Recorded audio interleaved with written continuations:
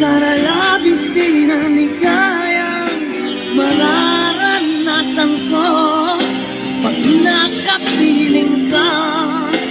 kapag kayakap ka aking